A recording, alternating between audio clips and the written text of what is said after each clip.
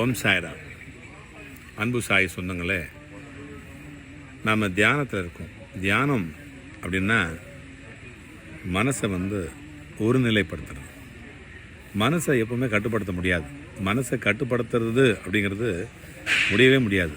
ஆனால் ஒன்று ஒரு விஷயத்தை நம்ம எப்பவுமே நினச்சிக்கிட்டே இருந்தோம்னா சில நேரங்களில் அந்த நினைப்புலேயே மறப்பு அப்படிங்கிறது வரும்.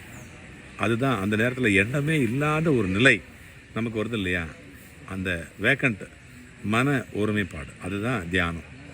அந்த நேரத்தில் என்ன செய்வாங்க, இந்த விரல்கள் இருக்கு இல்லையா, 5 விரல்கள், இது ஆணவம், மாயை, கண்மம் அப்படிங்கிற 3 விதமான மலங்கள், 3 விதமான கெட்ட விஷயங்கள். இதை விடணும். இது நம்முடைய பரம்பொருள், இதுதான் நாம. இது 3 விட்டோம்னா நமக்கு இது 2 வந்துடும். இது பரம்பொருளோட நாம் இணைய முடியும். அதனால தான் இப்படி வச்சுருக்காங்க. ஆணவம், மாயை, கர்மம், இந்த 3 விஷயத்தையும் நம்ம விட்டுட்டோம்னா நாம் பரம்பொருளோட நம்ம இணையலாம் அப்படிங்கிறது தான் இது. ஸோ இது இப்படி வச்சுக்கிட்டு நம்ம தியானம் பண்ணோம்னா அந்த தத்துவத்தை கையில் காமிக்கிறோம், மனசில் நினைக்கிறோம், தானாகவே நடக்கும்.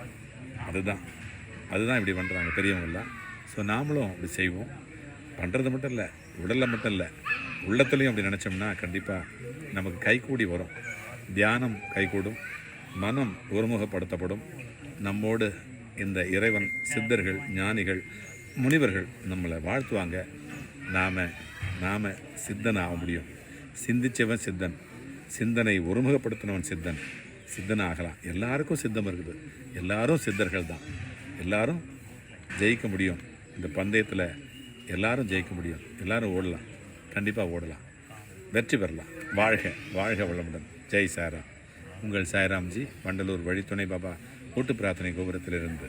ஜெய் சாய்ராம். லைக் பண்ணுங்க, பெல் ஐகானை கிளிக் பண்ணுங்க, சப்ஸ்கிரைப் பண்ணுங்க, ஷேர் பண்ணுங்க, கமெண்ட் பண்ணுங்க.